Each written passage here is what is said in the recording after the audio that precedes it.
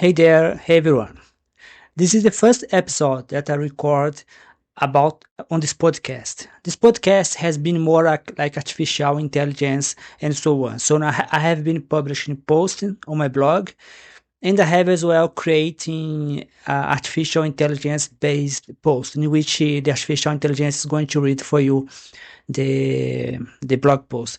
There are several blog posts on my blog. About my blog is called Scientists Free from Religion.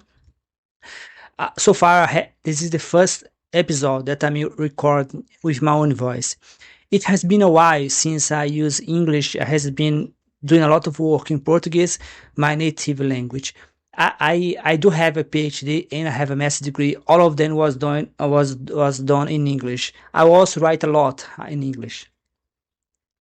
I should say that my accent has not been a problem, so I hope my accent will not be a problem. I have decided to record this episode because it's a very important topic. I have to say, I'm facing a huge amount of difficulty. The place where I'm living is a mess right now. They are making some, they're doing some work on the house, and it's a big mess. I was able to find this time. I'm not sure how far I can go without noise, without all this background noise. Later, I'm going to do some kind of artificial intelligence or kind of noise reduction, but still, I'm not sure how far I can go. But if you, I already have at least I have at least three blog posts that I have already written about Francis Collins, and I have as well created at least more 4 blog posts, which will be available for you in the upcoming days. I hope you want one blog post per day. The reason why I'm expend so much time, energy on Collins, on Francis Collins, not because I have anything against the guy. I think I didn't know about the guy at all. My master degree was uh, a little bit about system biology, so I know a lot about system biology. System biology has to do with the idea of the Genome Project. The Genome Project was able to create a huge amount of data. It's called molecular biology, but you can't make sense of this data. The Genome Project was able to produce what now is called big data. It's very most of this big data is available for free. Anyone can go there and make sense of this genome information. So the Genome Project, in which Francis Collins was the leader, is a project that produces data. It didn't produce information. We are still trying to make sense of what the Genome Project produced. It was a very important step on science and scientific discovery. But the first time the human genome was totally sequenced. So it was the first time that it was the first time that you could make a sequence of the human genome. We have learned a lot, and we are still learning. System biology was a consequence of that, which was one of the topics of my master's degree, and I was kept studying system biology on my PhD degree. So my focus was bioinformatics, which has to do with system biology. So I do not have a molecular biology background, but I do have the mathematical and computational biology background. Uh, uh, Collins came to me as a surprise. I heard more than one time that he was a Christian, he believed in God, so I was kind of surprised. The first impression I had was very negative because people keep talking about he believed in God. He's seen as a kind of very bad example that scientists should not believe in God. I think the good news, I was seeing a presentation if Alex Connors, O'Connors, and the O'Connors has been very famous for debating apologetics, talking about the Bible, and he did a very nice talk which has almost 2 hours of conversation. I'm still watching all the content, but so far I was able to see a light in the end of the tunnel. It's not so bad that Francis Collins is a Christian. I have some criticism, but it's not as bad as people trying to put it. I mean, he's able to recognize the difference between deism, in which you believe in a god, in a cosmic god, and he's able to recognize the theism view. The theism view is the view that we have a personal god. So he is able to recognize that there is a difference, and that one shift from deism to theism, he's able to recognize that it's a big jump. For you to go from a cosmic god to a personal god, it's a big jump. So you could somehow justify the deism view, but it's very hard for you to justify the God of the Bible, which is a Christian God. So the idea of a Christian God has to do with a God that worries about people. So in the interview with O'Connors, what concerned me the most is that O'Connor is an atheist, and Collins was trying to explain his view of God. He defends the fine-tuned argument in which the universe was fine-tuned by God. God decided which value of which constant in physics is supposed to have. It's a kind of view that God did the world in such a way that it will make life possible. So there are several problems that I have seen on the view of Collins. The first problem that I was able to recognize that he's always talking about what God wants. He's always saying that God wants a world, a universe that is nice, that is interesting. Yes, he used the word interesting a lot. And this kind of view is, in my opinion, is very dangerous, especially for a scientist, because how can you know that what God wants? The Bible? We know the Bible is not reliable. You know, the Bible, I think it's very strange for me that a scientist, at least like Collins, would accept the Bible as a kind of reliable source. It's not a reliable source, because we know how problematic it is. For me, it's a very strange idea that someone that had access to the highest technology with the Genome Project is able to is able to trust in a book that was written by people that didn't know how to write, didn't know how to read. The Bible was a book that was written in a kind of language. Later, it was done in Greek, but still, most of the people of the Bible, they're not reliable source. So how come can you trust this book? I think for a scientist, it's a little bit, not to say, to be polite, it's very uncomfortable to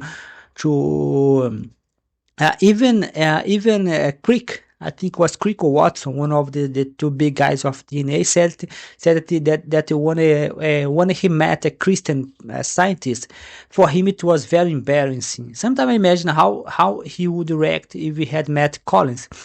I don't know how the relationship between Collins and the Crick and Watson, which was the two guys that discovered the DNA and got the Nobel Prize. But they're two opposite directions. I think it was Crick or Watson, I don't remember which of them, were a very strong atheist, but none of them were a believer. That's one the key point. Collins is a kind of an exception. I think that's one of the reasons he's so cited, he's so commented upon, because it's a very hard thing to understand. How come someone that had access to the highest peak of technology could share this view of a God?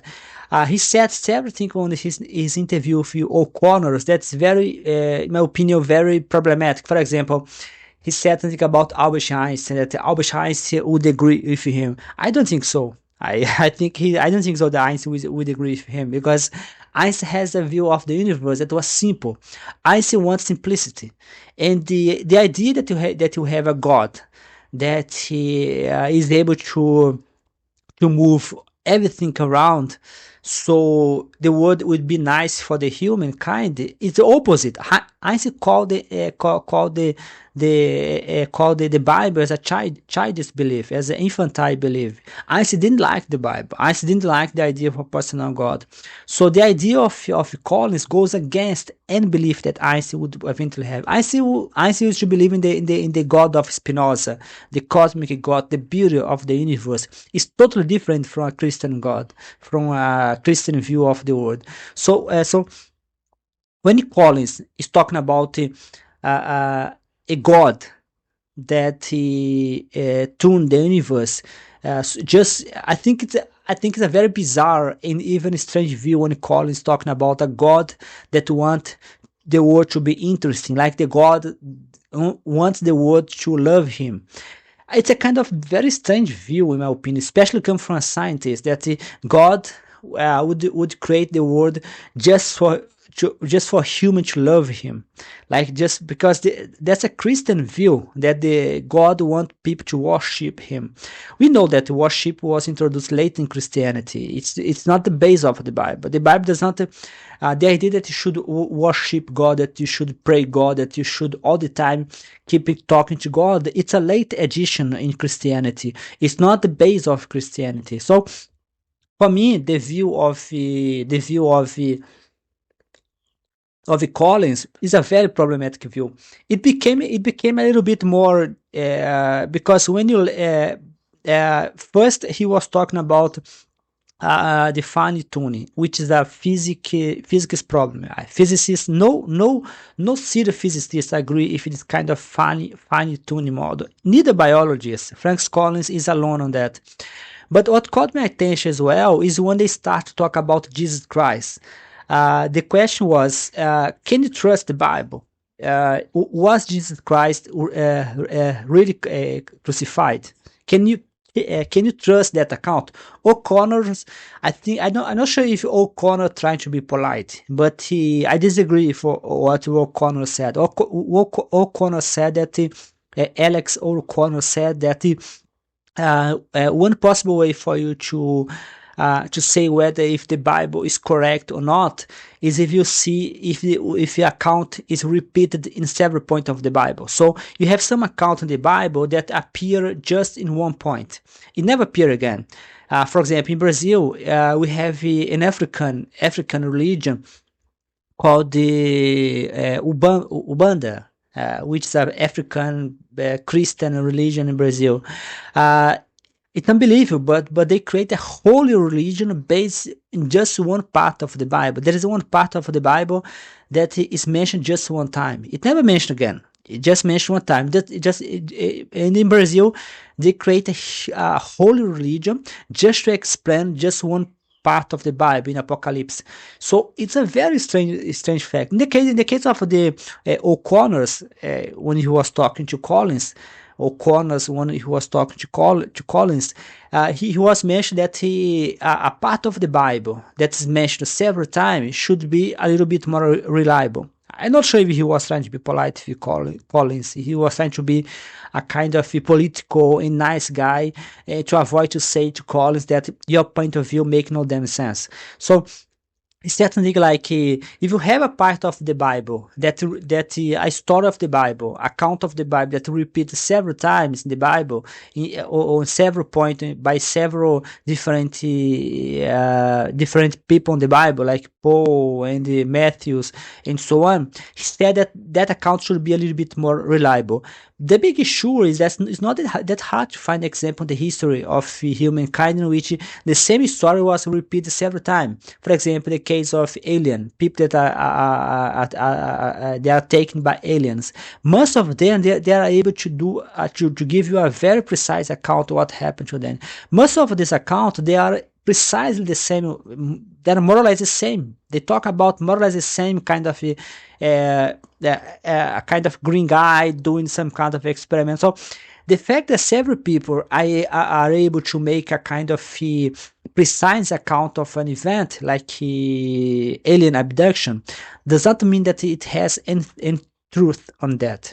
So the fact that several people in the Bible said the same thing in several points, It's not a kind of reliable source. And should also keep in mind that there is no part of the Bible that you have the same account equally. You have several problems, such as the family of Jesus, the previous family of Jesus, where Jesus was, what Jesus said before he died in the cross. Everything in the Bible is confused, even when the account repeat itself, which can be a kind of validation of the story, it still have problem because it does not make sense, because it has contradictions on that. So you have two problems that O'Connors agree, in some sense, with me, and I agree with him that when an account happened just one time in the Bible, like God, like Jesus saying that he's God. It seems that there's just one part of the Bible that Jesus say, "I'm God." Just one part in Job, but it never says it again. It's still a very confusing passage of the Bible. But even the story that repeats itself several times, O'Connor is able to grant a kind of he's able to grant a kind of real, like it's reliable somehow when an account repeat by more than one person the Bible. I'm not willing to that. Like Richard Carrier, which historian and so on. I think I like the way he thinks. In order to validate the Bible, what he did, he compared the story of the Bible with an external event by other people than the Christian. So the fact that you have a story that just happened in the Bible, just happened by Christian, all the Jesus miracle, all the Jesus like he amazing and the awesome stuff was written by Christian, like believers. They already believed on the story before they said the story. Even the story of Paul, for example, Paul went blind before he talked to Jesus. No, there are at least 3 different accounts of that story. I'm not getting to detail here, but some said that everyone saw the light, just he saw the light. There is a very nice discussion with Dan Barker about this kind of contradiction. It's included on my YouTube channel. So my point is, the fact that you have a story that repeats itself in the Bible at least 2 times does not mean that's true, especially because they tend not to be the same. Every story in the Bible that repeats itself with contradiction. Sometimes the number is not going to fit, sometimes the account is not going to fit. I cannot remember a single part of the Bible that it was precisely said more than one time in the precise way. Even the Genesis. In Genesis 1, God created the world in a specific way. In Genesis 2, God created the world again, but now with more detail, a little bit more detail. But it's not just about the detail. Also the order, how things was created, is different. So if you have an account that will repeat itself in the Bible and repeat itself in a different way, that's something that should not trust. I mean, the Bible is a very hard book to trust. So when Collins is talking about the resurrection of Jesus, he's also saying that that's correct. He's also saying that Jesus exists. We don't know if Jesus exists. Even if he existed, the historical Jesus, we cannot say anything about the miracles, all the extraordinary claims about Jesus, like he rose from the dead. So all this bizarre stuff that happened in Matthew's. Matthew's is full of strange stuff, such as the zombies. When Jesus resurrected, he claims that every dead people rose from the dead as well, like a zombie movie. I think that's something that you should find very strange and very hard to believe.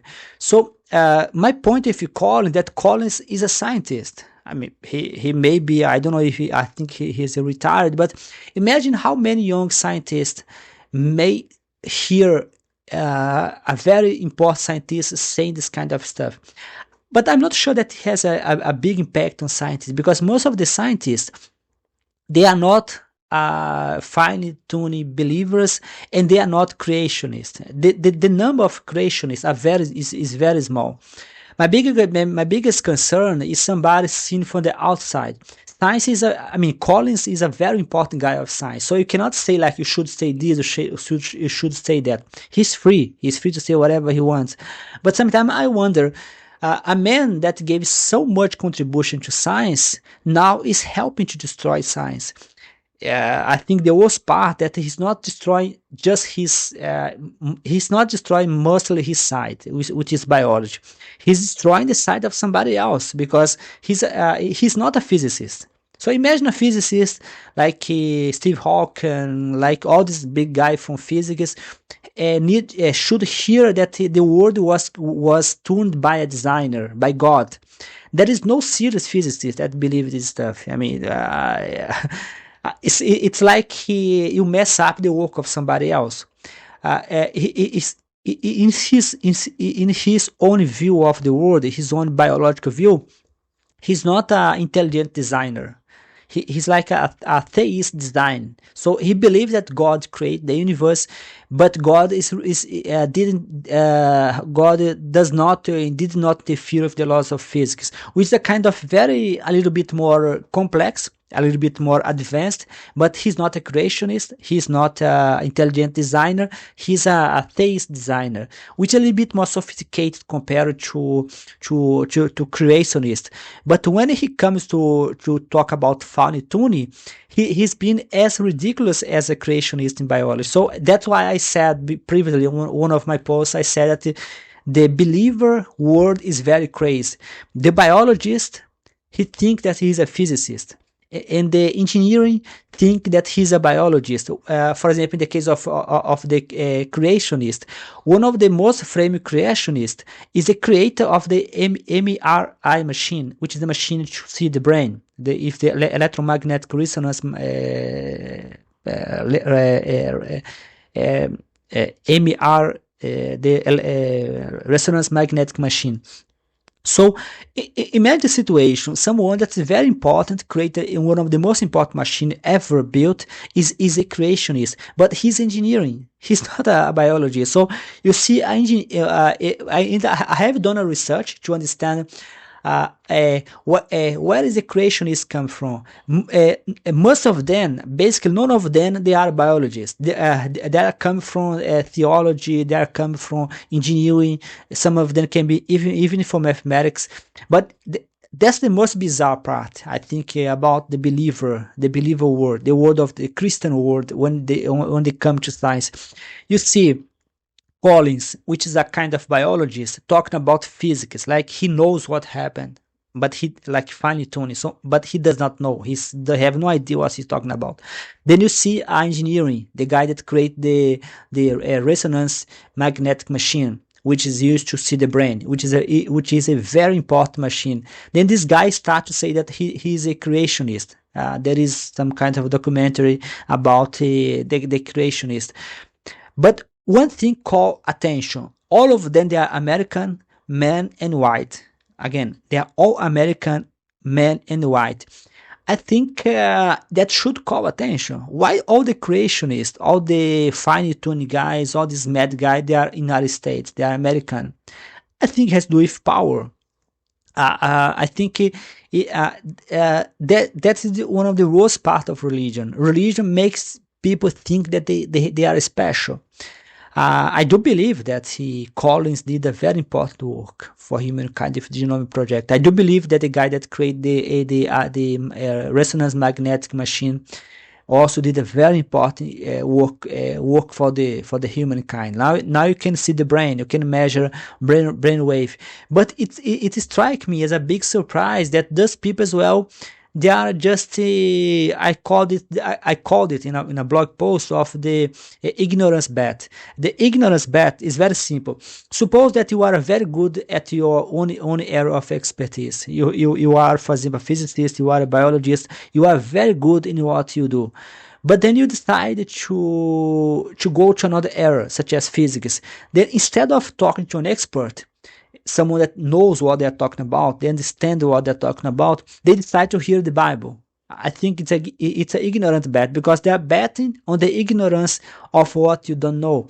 The fact that the fine tuning of the universe is a mystery does not mean that it's God. I mean, physicists cannot explain it, as Collins said several times, but that does not imply God. A huge amount of events in the past we could not explain. Isaac Newton, for example, Isaac Newton used to believe in God. He even said, like, atheism is very bizarre. No one is an atheist in the world. He was right. In his time, the atheism was a very dangerous place to be. He used as one of his argumentation the symmetry of the body. We have two legs, we have two eyes, so on. So he said, like, it has to be God. What Newton didn't have was the modern medicine. Modern medicine has a huge amount of report, a huge amount of account. We know that the body is not perfect. You know that people can be born blind, people can be born with one leg bigger than the other, people can be born with mutation. So what Newton called God it was more ignorance. It's more that also Charles Darwin came, I think, 1 year later. So when Newton said something like I was able to see more than everybody else because I stood on the shoulders of giants. So Newton didn't have the giants to stand on. So when Newton was talking about biology, when he was talking about symmetry of the body, and he implied that was the work of God, Newton was basically doing the same as Francis Collins is doing now. So Francis Collins say that there's a fine tuning in the world. All the constant of the universe, such as gravity and so on, and you cannot explain why this constant is so perfect. But the big trick here is that the fact that you can't explain doesn't mean that it's God. He said several things that for me is very bizarre that a scientist would say that. For example, he was talking about the fact that if the gravity is a little bit weaker or a little bit stronger, all the world would collapse. We don't know that. We don't know that because one of the biggest challenge of modern science is how to connect quantum mechanics with gravity, with relativity, which is the gravity theory. Before gravity theory was done by Newton, later it was improved by Albert Einstein. We can't connect. One of the biggest challenges is how gravity works in the quantum world, in the quantum realm. We don't know. I mean, when he says like he's sure that if gravity is a little bit stronger, if gravity is a little bit weaker, the world is going to explode or implode or whatever it would gonna happen. He don't know that. He don't know that. He does not know that. He's saying that based in a very complex problem that even the best scientists could not solve. For you to make this kind of assertion, you need to connect gravity theory with quantum mechanics. We don't know how to connect that. I mean, there are some groundwork being done, but that's a big mystery. So far, in our reality, we have two worlds that's supposed to be together. We have two realities that's supposed to be together. We have the general special theory of relativity of Albert Einstein, which can explain planets, can explain light. Then you have quantum mechanics. Quantum mechanics deals with the very small world, like electron and so on, and the small particle that you cannot see. But we don't know how to connect them. They're supposed to connect because you know that they connect. You know that you have the world and you have the big planet, then you have so on. Then you have two laws. One law for the big, which is the relativity theory of Albert Einstein. Then you have the quantum mechanics, which explain the very small, but in the middle, somehow, we don't know how that shift from one to the other. That's one of the biggest problems. The string theory, the master equation, the string theory, they try to explain it, but that's a kind of theoretical work. There is no proof that the string theory works. So when you make an assertion or make a claim like Collins did, that if you have gravity weaker, if you have gravity stronger, the world would collapse, that it's already a very big leap that he should not do, because he does not know. We may find in the future that's wrong. For example, the gravity. Suppose that you are there is a very nice computer simulation that you can find on YouTube, or you can find social media, in which they have a car. Then the car is hit by a very big weight. The weight makes the car bounce back. So what they do, they make the same simulation in different gravity situations. They make in the Earth, they make in Jupiter, they make in the Moon, and they saw the simulation show you very nice what happened. If you make the simulation in the Moon, when the big weight hit the car bounced back, because of the smoothing process of the car, because of the springs and so on that make the car walk smooth. So it's going to bounce back. In the Moon, it's enough for the car just to bounce back. So if you have a weaker gravity, or you have a strong gravity, the only difference is that's going to change what that's going to happen. So instead of the Moon, that could happen, for example, in the Earth. So if you have a stronger or if you have a weaker gravity constant, it means that the force is going to be stronger in one place and weaker in the other. It does not mean that it does not mean by consequence that the life will never emerge. The life could emerge in a different way. It could emerge in a different place. So it's true that life is very rare, life is very difficult to find, life is very fragile, and the laws of physics has a huge consequence on that. But it will be a little bit a big faith to make this kind of assertion. He said that Francis Collins said that someone that believes in the parallel universe has a big leap of faith. I think that it's a big load of shit. Crap of fish make no damn sense. What loud of crap, it make no damn sense, because the parallel universe is a consequence of modern physics. It's not a faith, it's based on theory. A huge amount of bizarre idea was done by theoretical physicists, such as the theory of gravity. If you come to think about it, it's very crazy. Imagine you have a space, you have the tissue of space.